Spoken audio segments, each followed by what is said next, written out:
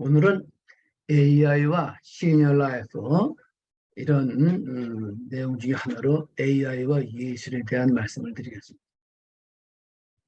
오른쪽에 있는 사진은 사람이 그린 그림이 아니라 인공지능이 그린 렘브란트 그림에 대한 그림을 인공지능이 그렸어요. 그 모습입니다. 놀랍죠? 그래서 저는 AI 시대의 예술이란 과연 무엇인가 이런 내용으로 말씀드리고자 합니다. 지금은 로봇 시대라고 그러잖아요. 이 로봇 시대, 알고리즘이 만들어보는 그런 예술 행위, 이러한 예술 행위가 인간의 예술 행위와 비교할 때 어떤 의미를 갖고 있을까? 이 로봇 시대에 인간의 예술이라는 건 어떤 의미인가? 이런 의미에 대해서, 이런 생각에 대해서 말씀드리겠습니다. 완벽하게 일을 처리하는 로봇에 비해서 사람이라는 것은 오류가 끝이지 않잖아요. 로봇은 알고리즘에 의해서 움직여지는 거니까 정확하단 말이에요. 그런데 사람은 이게 변화무쌍하잖아요.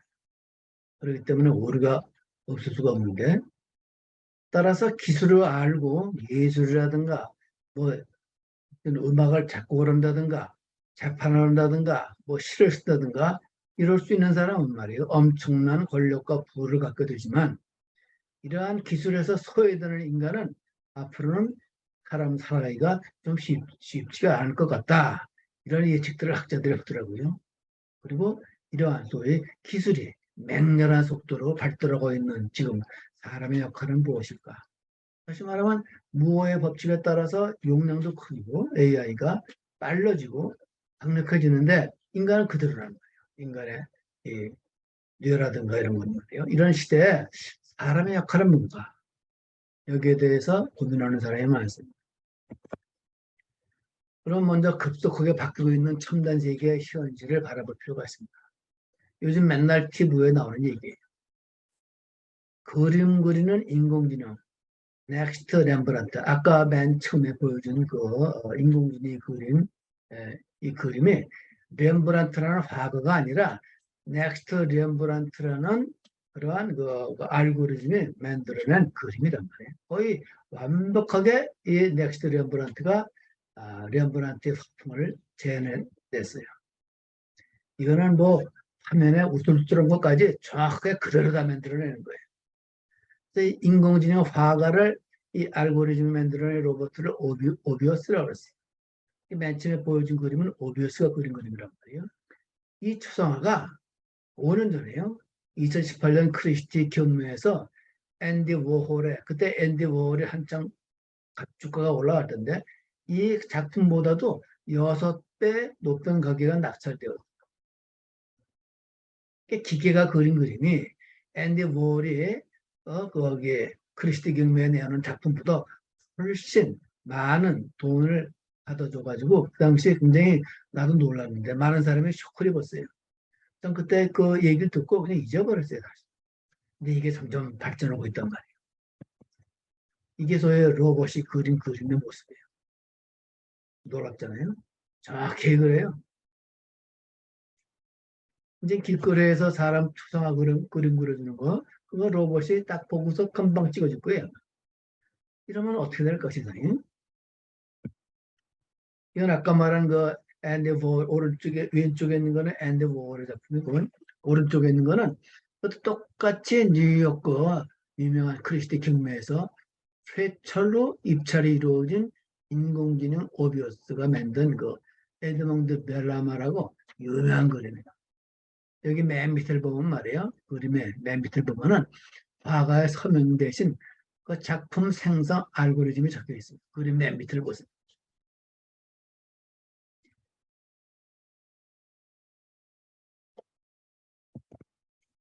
그렇다면 우리가 생각을 해봐야 한다.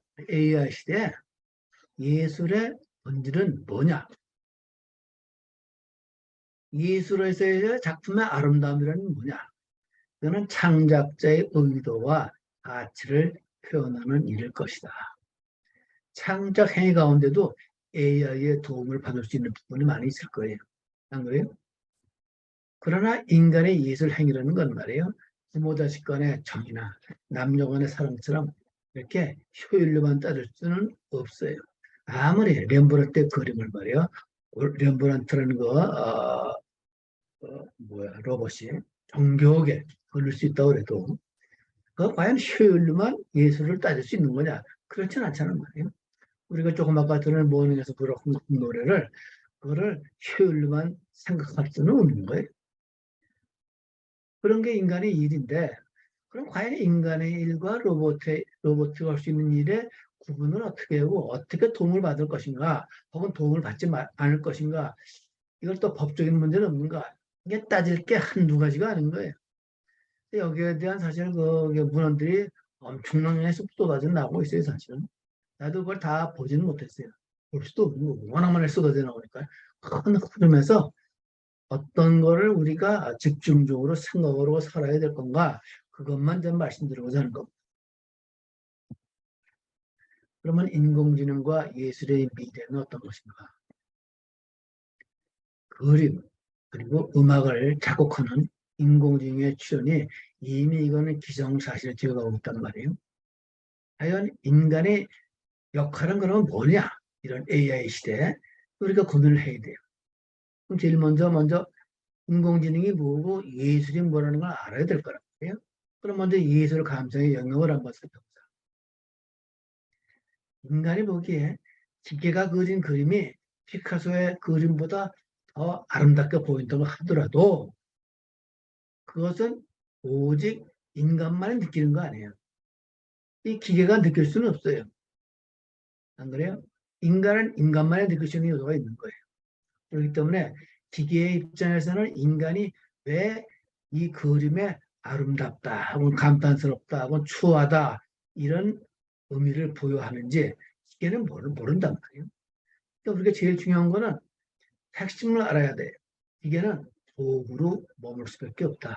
이거는 인스트루먼트예요. 툴이란 말이에요. 기계는 실제로 우리가 툴이라는 걸 우리가 이해를 해야 돼요. 그러니까 인공지능이라는 거는 단순 반복 작업을 돕는 도구일 뿐이다. 적어도 앞으로 당분간은 말이에요. 이게 맞는 말이에요. 어떻게 알고리즘이 우리가 아침에 오전에 들을 모닝에서 부르는 노래를 듣고 느끼는 그런 감정을 기계가 정교하게 흉내낼 수 있겠죠. 똑같이 만들어낼 수 있을 거예요. 거의 화풍도 노래 그런 여러 가지 그 화음이라든가 이걸 거의 비슷하게 다르게 똑같진 않지. 모닝에서 부르는 캣 스티븐스가 노래한 것처럼 똑같이는 안 하겠지만은 비슷하게 혹은 더 화려하게 만들 수 있고 우울하게 만들 수 있고 또, 또 다르게 만들 수도 있어요. 근데 아무리 그렇더라도 그건 우울해요. 기구란 말이에요. 따라서 미래의 예술가들은 직접 작품을 만들기보다는 인공신경망에 무엇을 학습시키면 좋을 것인가 이걸 생각하는 일에 더 많은 시간을 할애해야 될 것이다. 이런 얘기를 들을 때 옛날에는 말이야 꿈 같은 얘기다. 그리고 그냥 잊어버렸어요. 근데 요즘 잭 GPT가 나오고 이럴 때 보니까는 이게 이미 우리 생활 속에 곧 깊이 들어올 것 같아요. 따라서 우리 시니어들도 준비를 해야 될 것 같아요. 인공지능 시대에. 그래야 아이들하고 얘기 될 거 아니에요. 기계가 만든 창조물은 결국은 우리가 알고리즘을 잘 짜준 거란 말이에요. 학습된 결과물이에요. 아무리 체스를 잘 둔다 그래도 아무리 바둑을 잘 된다 그래도 이거는 기계학습을 통해서 늘어나는 거예요. 그러니까 인간 예술가의 이런 학습적 결과물 이런 시대에 사람이 만든 예술가의 창조성 이게 또 부각된다. 이거 무슨 얘기냐면 말이야. 사람은 실수가 있잖아요. 기계는 실수가 없어요. 근데 사람은 실수를 하고 사람은 여러 가지 기계와는 다른 기계가 전혀 느끼지 못할 느끼는 것이 있어요. 아무리 기계가 정확하더라도 사람이 느끼는 모든 감정을 그렇게 느끼기는 어렵다. 왜냐하면 사람이라는 건 인간이라는 건 우주란 말이에요. 우주인데 알고리즘은 우주가 될 수는 없어요. 따라서 인간 예술가의 창조성이라는 것은 이런 서양 사람들이 생각하는 건 논리만 갖고 되는 건 아니고 어떤 주역이 생각하는 거는 주역이 왜 서양 사람들이 좀 융이 좋아하겠어요. 이건 전체적으로 보고 어떤 예언을 하는 거거든, 주역이라는 게. 그렇기 때문에 서양 사람이 도저히 따라오는 경쟁이 있는 건데 역시 예술도 마찬가지다. 따라서 어쩌면 생각지도 못했던 재료를 출연하거나 결과물을 엉뚱한 것에 응용하면 이를 창의적이라고 보게 될지도 모른다. 이 말은 인간이라는 건 기계가 예측하지 못하는 그런 그러니까 실수죠. 이런 실수와 여러 가지 잘못 속에서 또 새로운 창의성을 만들어내는데 이런 측면에 다시 말하면 실수한다, 잘못한다 이런 쪽에서 인간의 창의성이 말이에요 더 있고 인간의 사랑을 받을지 모르겠다 이런 얘기들을 하는 사람이 있는데 그 말이 맞을 것 같아요. 예를 들어 봅시다. AI 시대 생산의 역할은 계속해서 기계에게 위임될 거란 말이에요. 지금은 사람들이 기계에 대해서 걱정을 많이 하고 직업을 없앨 거라고 그러지만은 아무리 그래도 지금 우리가 역사 속에서 지금처럼 인간이 잘 먹는 시대가 없어요. 우리 한국 사람 개개인이 옛날에 임금보다 더 잘 먹잖아요. 솔직히 말하면 옛날에 임금이 에어컨 속에서 살 수가 있었나? 하나가 이걸 부채를 부수게 하단 말이에요. 근데 지금 웬만한 사람은 다 에어컨 속에 살아간단 말이에요. 또 세계의 온갖 음식 다 먹고 지금 인간이 아무리 불평을 한다 해도 잘만 지킨다 하면은 옛날에 황제보다 더 호사를 느껴요. 다 차 갖고 다니잖아요. 웬만한. 그러니까 이런 시대에 AI 시대에 생산의 역할은 계속해서 이게 위임될 것이고 여기에 우리가 은혜도 받아요. 따라서 인간이라는 건 앞으로 하면 갈수록 어떤 선택을 하는 역할에 집중하게 될 것이다. 그러면 어떤 차를 살 것인가 내 경제적인 능력에 따라서 이런 거지 옛날처럼 풍요롭게 살지 않는다는 얘기는 아니에요. 그러니까 우리가 살고 있는 세계는 그동안 우리가 선택한 것들의 으로 구성되어 있다. 우리 문명을. 따라서 이 오른쪽 보면 변기가 나온단 말이에요. 이 변기가 그 쌤이라는 거라는 거 1950년대에 나온 거예요. 이게 소위 도자기로 만든 소변기. 이걸 예술작품으로 만들어가지고 이게 국내에도 말이에요. 국내 현대미술관에서도 이게 전시가 된 적이 있어요. 이 변기가. 근데 이걸 변기라고 얘기하는 거는 인간이란 말이에요. 안 그래요? 누가 이걸 옛날에 이걸 변기라고 생각했어요. 이 대량 생산된 변기가 예술품이 된 것도 또 무엇을 그린 것인지 형태 자체 알아볼 수 없는 그림이 예술품이 된 것도 당시를 살았던 사람들이 그것을 예술로 선택했기 때문에 피카소를 누가 그걸 예술로 생각해서 쓰나 욕을 했지. 이것도 그림이냐. 그렇지만 결과적으로 사람이 인정을 했거든. 인정을 했기 때문에 이게 예술이 된 거예요. 마찬가지로 이 아무리 어떤 첨단 AI 시대에 더 정교한 예술이 나온다 할지라도 그걸 우리가 예술로 인정 안 하면 예술이 아닌 거예요. 또 우리가 선택할 수 있는 여지가 있는 거예요. 인간에. 따라서 과거로부터 지금까지 모든 선택들이 모여서 오늘날의 예술을 지금의 모습을 있게 했다. 크리스티 경매장에서 뭐 여러 가지 뭐 렘브란트도 또 메비우스가 다른 알고리즘이 그린 그런 그림들이 경매가 돼가지고 수십만 달러에 팔려 나간단 말이에요. 그건 우리가 인간의 인정을 했기 때문에 그래. 근데 앞으로 점점 내 생각엔 틀림없이 인간의 실존투성의 그림을 그려도 그거 인정받는 시대가 올 거고 이게 인간이 그린 그림이냐 인공지능이 그린 그림이냐에 따라서 아마 굉장히 틀릴 거예요. 또 그거를 우리가 스포츠 경기할 때 말이에요.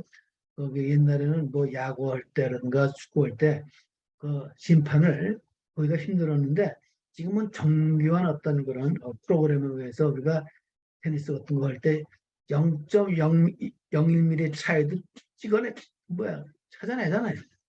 그와 마찬가지로 인간의 실수한 그림이 훨씬 더 가치 있게 인정받는 시대가 오지 않을까. 틀림없이 그렇게 될 것 같아요. 이와 같이 앞으로 살아가게 될 세계 또한 현재 우리들의 선택의 합으로 구성될 것이다. 우리는 과연 어떤 선택을 하게 될 것인가? 지금 이런 얘기들이 아직까지 내가 몇 개 문헌을 못 봤어요, 사실은. 몇 개 문헌을 안 보고 내가 정리한 건데 결과적으로 결론은 뭐냐면은 확실한 것은 인간은 AI와 경쟁할 것이 아니라 현명하게 기계의 도움을 받을 일은 바꿔서라도 더욱 인간다운 삶을 추구해야 한다는 것이다.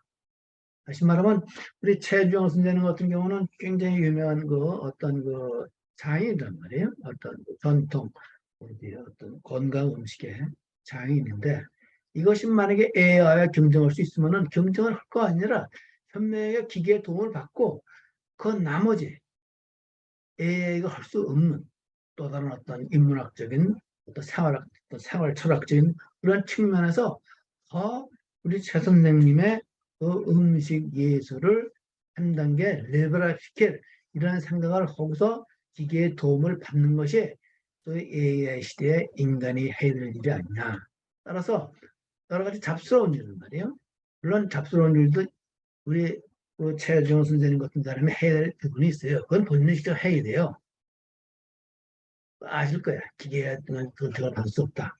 그러니까 기계가 할 수 없는 거는 그러니까 다시 말하면 대량으로 생산을 한다는 거 이런 거는 하고 받고 그렇지 않고 어떤 거기에 훨씬 더 부가가치 높을 일은 기계의 도움을 받을 수 없는 일은 직접 인간이 하는 거예요. 이런 식으로 해서 우리가 인공지능 시대의 어떤 그 예술이라든가 인공지능 시대의 어떤 그 재판한다든가 인공지능 시대의 어떤 약을 제조한다든가 혹은 초밥을 만든다든가 이런 모든 일은 이게 도움을 받을 수 있는 일은 받고 인간이 할 수 있는 일 우리가 기계가 아닌 것을 할 수 있는 일을 초점을 맞춰가지고 인간이 하는 그러한 어떤 대담한 철학이 요구된다. 여기에 우리가 준비를 해야 돼요. 그래야 인간이 소외받지 않고 어떤 다시 말하면 옛날 그리스 시대에 노예가 아닌 그리스 시민들이 하던 일 우리나라 같으면 과거 선비들이 하던 일 이 선비들이 하는 일은 과거는 절대 할 수가 없었어요. 일반 대중들은 절대로 선비와 같이 고결한 삶을 못 삽니다. 남을 먹고 물 마시고 말이요. 대장부 살림살이 요만하면 만족하려고 철학을 하고 이런 생활을 할 수가 없었어요. 지금은 우리가 조금만 마음먹으면 그런 어떤 수준 높은 생활을 할 수 있어요. 누군지 마음먹으면 말이에요. 우리 김우천 대표가 만들어낸 모닝에서 그렇고 재해석 그런 걸 듣고 행복하게 살 수 있어요.